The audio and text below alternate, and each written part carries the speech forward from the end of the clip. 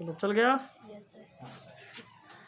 ठीक है, ध्यान से देखो बच्चों, इसमें पहले पार्ट में तुम लोग को सारा नंबर सिस्टम हो गया, थोड़ा बहुत बचा ये सेकंड पार्ट का है। कितना तारीख है बेटा ये? 12 याद है? पार्ट सेकंड है ना ये? ठीक है, अब समझ में आ जाएगा वीडियो में भी।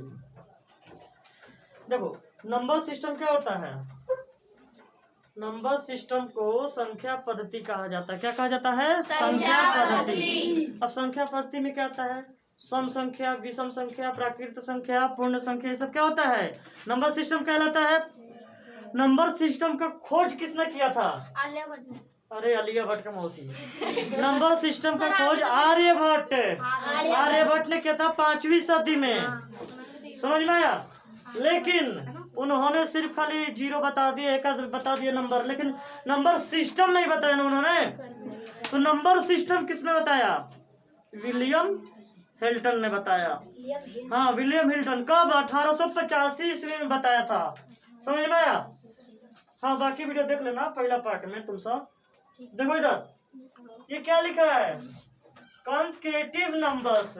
नंबर इसमें लिखना छोड़ दिया हम। देखो कंसेक्यूटिव नंबर्स का मतलब क्या होता है? लगातार संख्या कौन सा होता है? तो जैसे मान लो कि 1 2 3 4 5 6 इस तरीके से गिने, तो ये सब क्या कहलाएगा? कंसेक्यूटिव नंबर, लगातार संख्या। अगर मैं बोलूं कि 1 3 5 7 9 10 11 12, तो ये कंसेक्यूटिव हुआ? क्योंकि मिक्स हो गया ना ये। अब मान लो कि मैं बोल रहा हूँ 2 4 6 8 10 12 14 18, ये सब क्या हो जाएगा? लगातार चल रहा है। गैप है, दो का गैप है, लेकिन लगातार ही चल रहा है ना। तो कंसेक्यूटिव किसका कहलाएगा? 2 4 6 8 10, ये क्या हो जाएगा? इवन नंबर का। 1 3 5 7 9 किसका हो जाएगा? ऑड नंबर का। अगर ये लगातार 1 2 3 4 लगातार बोलेंगे तो किस में आ जाएगा? इंटीजर कहलाएगा। ये सारा मैंने पहले वीडियो में बता चुके हैं। इंटीजर क्या होता है, इवन क्या होता है, ऑड क्या होता है। ठीक है। Second number, binary number system क्या होता है? बाइनरी का मतलब होता है 2। बाइनरी मतलब 2। तो क्या लिखा है? द्विधारी संख्या प्रणाली, बाइनरी नंबर सिस्टम। देखो बाइनरी नंबर सिस्टम जो होता है वो कंप्यूटर का लैंग्वेज होता है। किसका लैंग्वेज होता है? कंप्यूटर का लैंग्वेज होता है। और वो लैंग्वेज कहलाता है, जैसे 0 1 ये सब सीखते हैं ना, ये कंप्यूटर का मीनिंग है। ये हम लोग को नहीं पढ़ना बाइनरी वाला भी फिलहाल में। ठीक है। अगला देखो, रियल नंबर क्या होता है? रियल को हम हिंदी में बोलते हैं वास्तविक संख्या। ठीक है। The number that can be represented in the decimal forms. कहने का मतलब कि वैसा संख्या जो दशमलव के भी रूप में आए, उसे हम रियल नंबर बोलेंगे। समझ में आया? यानी वास्तविक संख्या बोलेंगे। अब जैसे देख लो, इंटीजर्स हो जाएगा, होल नंबर हो जाएगी, सब क्या आएगा? रियल नंबर कहलाएगा। रियल नंबर में क्या होता है? सम संख्या, विषम संख्या, प्राकृत संख्या, पूर्ण संख्या, सारा क्या कहलाएगा? रियल नंबर कहलाएगा। रियल नंबर मतलब वास्तविक के। 1 2 3 4 5 ये नंबर गिन रहे हैं ना, तो ये नंबर क्या कहलाएगा? रियल कहलाएगा। रियल नंबर में किसी को डाउट है? सबको समझ में आ गया रियल नंबर? पूछे किसी से? कोई बात नहीं, बेइज्जती नहीं करेंगे। देखो इमेजिनरी नंबर क्या होता है? इमेजिनरी का मतलब होता है काल्पनिक। अरे खिलाना मत इसे। इमेजिनरी का नंबर मतलब क्या होता है? काल्पनिक संख्या। काल्पनिक संख्या मतलब जो हम कल्पना करके सोचते हैं। समझ में आया? जिसकी वैल्यू एग्जैक्ट नहीं आती है उसे हम क्या बोलेंगे? इमेजिनरी नंबर है। जैसे मान लो कि रूट -2, रूट 2 तो समझ में आता है, -2 का क्या मतलब है? तो जहां पर वैल्यू हमारा सही नहीं है वो हमारा क्या कहलाएगा? Imaginary number. अब मान लो कि कॉपी में हम लिखते हैं ना, इकाई दहाई सैकड़ा हजार 10,000 लाख 10 लाख करोड़ 10 करोड़ अरब खरब, और उसके बाद पहुंच जाता है, पता ही नहीं चलता कहाँ पहुंच गए। तो क्या कहलाएगा? सब में इमेजिनरी नंबर कहलाएगा। मन में कल्पना कर लेना है। तारों की संख्या गिनना है, छत पे चढ़कर रात में गिन भूल जाओगे, अभी यहाँ गिना तो पता नहीं कहाँ से आ गया बीच में, तो सब क्या कहलाएगा? इमेजिनरी नंबर से। एक बोरा चावल ले लो और गिनना शुरू करो एक एक दाना। बता सकते हैं? नहीं बता सकते, तो एक तरीके से इमेजिनरी नंबर हो जाएगा। जैसे मान लो कि 10 ग्राम चावल ले लिया। अरे मरी जाओ, बहुत मारेंगे तुमको। 10 ग्राम चावल ले लिया, 10 ग्राम चावल का दाना अलग कर लिया, उसके बाद में क्या किया, 10 ग्राम से 100 ग्राम में, 100 ग्राम से फिर 1 किलो में दाना को कन्वर्ट करके गिनती कर लिए, तो उसे कहेंगे भी इमेजिनरी नंबर। एक तरीके से कि 10 ग्राम में इतना हुआ, 20 ग्राम में इतना हुआ होगा, 100 ग्राम में इतना हुआ होगा, 1 किलो में इतना हुआ होगा। मतलब एग्जैक्ट तो नहीं आएगा, हम लोग कल्पना करेंगे। तो जो काल्पनिक होगा क्या कहलाएगा, imaginary number. All the numbers are not real number, यानी जो हमारा रियल नंबर नहीं होगा वो सारा नंबर क्या कहलाएगा, इमेजिनरी नंबर, यानी कि काल्पनिक नंबर। अगला संख्या क्या है बाबू तुम लोग का, कंपोजिट नंबर। कह रहे all the numbers are composite number but prime number are not. कहने का मतलब कि जो प्राइम नंबर है, अभाज्य संख्या, अभाज्य संख्या को छोड़कर बाकी सारा नंबर हमारा कंपोजिट नंबर कहलाएगा, भाज्य संख्या कहलाएगा।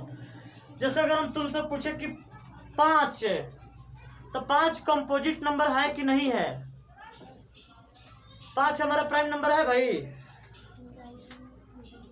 प्राइम नंबर मतलब अभाज्य संख्या। तो अभाज्य संख्या क्या होता है, वैसी संख्या जो एक और खुद से कटे उसे अभाज्य कहेंगे, प्राइम कहेंगे। लेकिन इसमें कहते हैं कंपोजिट में क्या कह रहा है, all the numbers are composite number but except, except मतलब इसे छोड़ के, प्राइम नंबर को छोड़ के सभी संख्या हमारा क्या कहलाएगा, कंपोजिट नंबर कहलाएगा। जैसे मान लो 3, 5, 7, 11, 13, ये सब एक और खुद से कटेगा ना, तो इसके अलावा बाकी जितने सारे नंबर्स होंगे कंपोजिट। अब जैसे देखो 24 किससे कटेगा, 1 से भी कटेगा, 2 से कटेगा, 3 से कटेगा, 4 से कटेगा, 6 से कटेगा, 8 से कटेगा, 12 से कटेगा, 24 से कटेगा, ये सारा नंबर कट रहा है ना। Yes sir. तो इसलिए ये 24 कंपोजिट नंबर कहलाएगा। क्लियर समझ में आ गया, यानी प्राइम नंबर को छोड़कर बाकी सारा नंबर जो आएगा कंपोजिट नंबर होगा। क्लियर समझ में आ रहा है। Yes sir. हाँ अगला देखो, न्यूमिनेटर और डिनोमिनेटर क्या होता है, मैंने क्लास में ही बताया है। Yes sir. जो the top of number in a fraction, यानी कि जो फ्रैक्शन में ये ऊपर वाला जो हिस्सा कहलाता है न्यूमिनेटर कहलाता है। न्यूमिनेटर को हिंदी में क्या बोलते हैं, अंश। हर किसे कहते हैं, तो the bottom number is a fraction, यानी नीचे वाला जो नंबर रहेगा वो हमारा क्या कहलाएगा, डिनोमिनेटर। अब बताना बच्चों, 8/12, तो 8 क्या है, जी हाँ। 8 क्या है, न्यूमिनेटर है। Yes sir. और 12 क्या है, डिनोमिनेटर। और हिंदी में बताना, न्यूमिनेटर को हिंदी में अंश कहते हैं और डिनोमिनेटर को हिंदी में हर कहते हैं। ठीक है, तो हिंदी में बताना, -7/15, तो -7 क्या है, अंश। और 15 हर। समझ में आ रहा है। Yes sir. बताओ, -2/4, तो -2 क्या है, अंश। अंश, और 4 क्या है, हर। क्लियर समझ में आ गया यहाँ पर पूरा। Yes sir. किसी को डाउट है इसमें, यस सर।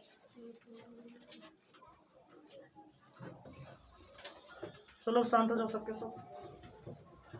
देखो बच्चों, तुम लोगों ने लास्ट क्या समझा, अंश और हर। ठीक है, अगला क्या है, सिंप्लीफाई। देखो बच्चों, क्वेश्चन में हम लोग तो देखते हैं, ये सिर्फ वर्ड्स जो है ना मैथ्स का किताब में दिया रहता है, लेकिन समझ में बहुत कम आता है। मीनिंग पता है कि हमें करना क्या है, सबको ये जानता है कि हमें सोल्व ही करना है, हल करना है, बनाना है, पर सबका मीनिंग अलग अलग हो जाता है। अरे समझो इधर। तो फर्स्ट में मैंने क्या दिया बच्चे, सिंप्लीफाई। सिंप्लीफाई को बोलते हैं हल करना। समझ में आया। सिंप्लीफाई किसे कहते हैं, लिखा है to make as short as possible. समझ में आया, यानी जो छोटा छोटा संख्या रहता है उसको जो हम हल करते हैं उसे सिंप्लीफाई कहते हैं। जैसे 5/2 रहेगा, 4/2 रहेगा, तो 2 से हम काट देंगे 4 को, 2 आ जाएगा आंसर। तो ये क्या कहलाएगा, सिंप्लीफाई। क्लियर समझ में आया।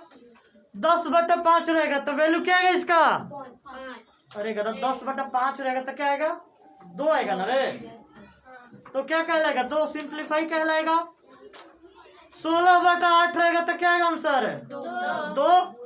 10/5 रहेगा तो 20/4 रहेगा तो 5 आएगा, तो क्या कहलाएगा, सिंप्लीफाई। क्लियर समझ में आ रहा है।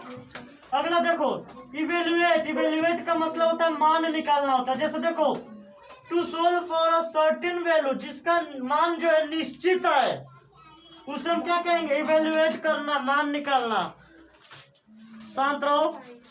देखो 5x + 3 दिया है, जहाँ x की वैल्यू हमें क्या रखना है 2, तो टोटल मान इसका कितना आएगा, तो देखो 5 गुने 2 प्लस 3, क्योंकि 5x है ना, तो 5 में 2 से गुना किया कितना है 10, 10 में 3 जोड़ा तो 13। ये समझ में आ गया। Yes, sir. Evaluate. Yes, sir.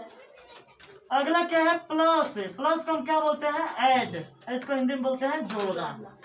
क्या लिखा है to increase a number by another number, यानी कि जो नंबर हमारा दिया रहता है उस नंबर से अगर हमारा ज्यादा नंबर आ रहा है तो उसे हम क्या बोलेंगे प्लस हो रहा है। क्लियर समझ में आ गया।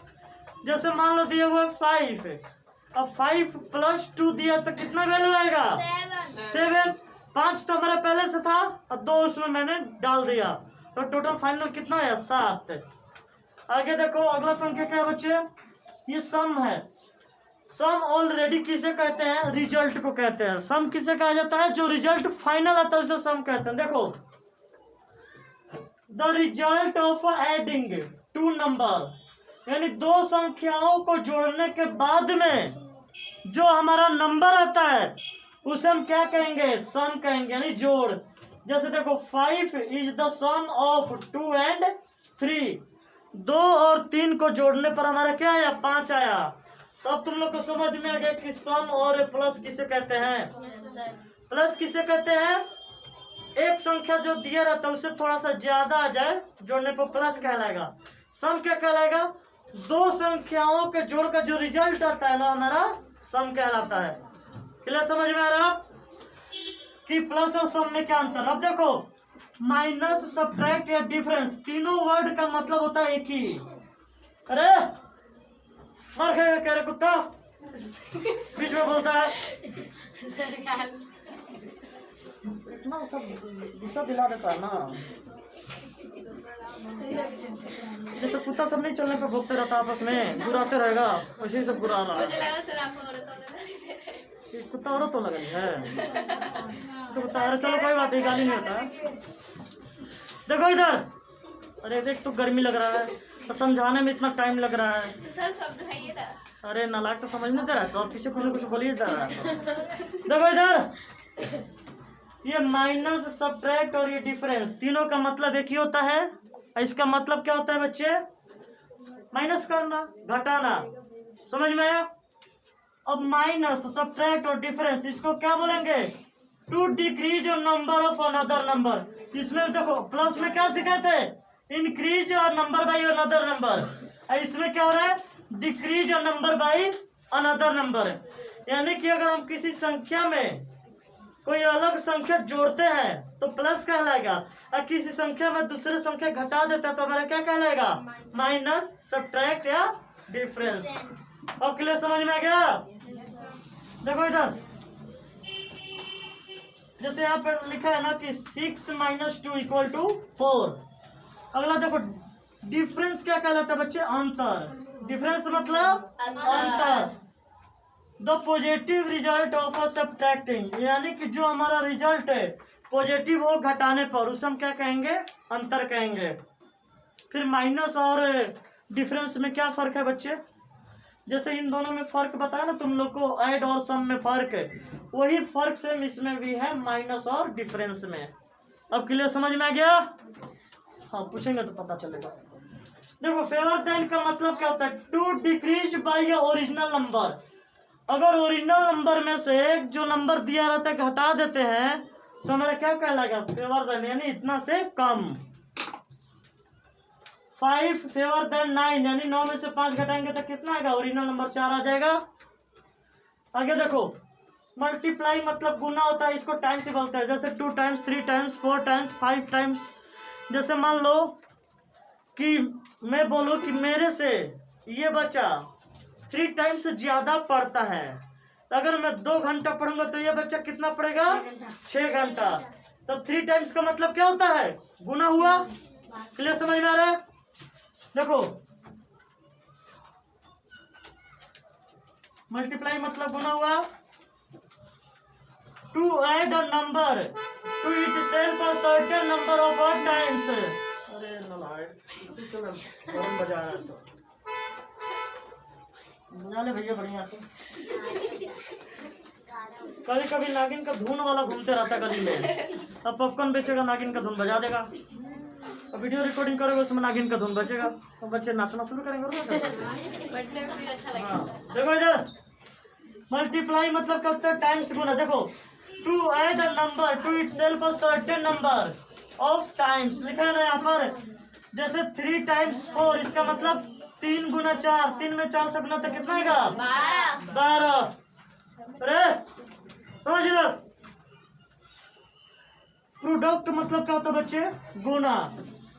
The result of a multiply 2 number, इसे क्या कहा जाएगा? प्रोडक्ट। अब जैसे हमारा मनुष्य में सिखाया था ना, सम में 2 संख्याओं का जो हमारा फाइनली रिजल्ट आता है उसे सम कहेंगे। उसी तरीके से जिसका रिजल्ट आएगा घटाने पे उसे क्या कहेंगे? डिफरेंस कहेंगे। अब गुना करने पे जो रिजल्ट आएगा उसे क्या कहेंगे? प्रोडक्ट कहेंगे। अब क्लियर समझ में आ रहा है ना? और जैसे देखो 18 इज द प्रोडक्ट ऑफ किसका? 6 and 3, यानी 6 में 3 से गुना करने में कितना आएगा? 18। 18 किसका गुणांक है? 6 और 3 का। लास्ट देख लो कोफिशिएंट। कोफिशिएंट को क्या बोलते हैं? गुणांक, यानी कि गुणक। अब इसमें क्लियर दिया हुआ number of in front of, जो हमारा नंबर सामने रहेगा उसे हम क्या बोलेंगे? कोफिशिएंट, यानी कि गुणांक। देखो यहां समझना तुम सब कोफिशिएंट। देखो इधर कोफिशिएंट वाला सवाल पूछता है तुम सबसे, ठीक है? समझ में तो आई गया, वीडियो में तो होगा, ऐसी बात नहीं है। देखो 3x है, तो 3x में x का कोफिशिएंट क्या है? 3 माइनस 5y, तो y का कोफिशिएंट क्या है? -5। अब मैंने बोला कि z, तो z का कोफिशिएंट क्या है? z का कोफिशिएंट का नंबर में होता है ना रे, तो इसमें कुछ भी नहीं है, तो 1 छुपा हुआ है ना। तो 1 में z से मल्टीप्लाई करेंगे तो z आता है, तो 1 हमारा क्या हो जाएगा? कोफिशिएंट। अगर हम दे दिए -z, तो -z का कोफिशिएंट क्या कहलाएगा? -1। अब कोफिशिएंट समझ में आ गया? क्लियर? किसी को डाउट है आज के क्लास में? बंद करो भैया इसको।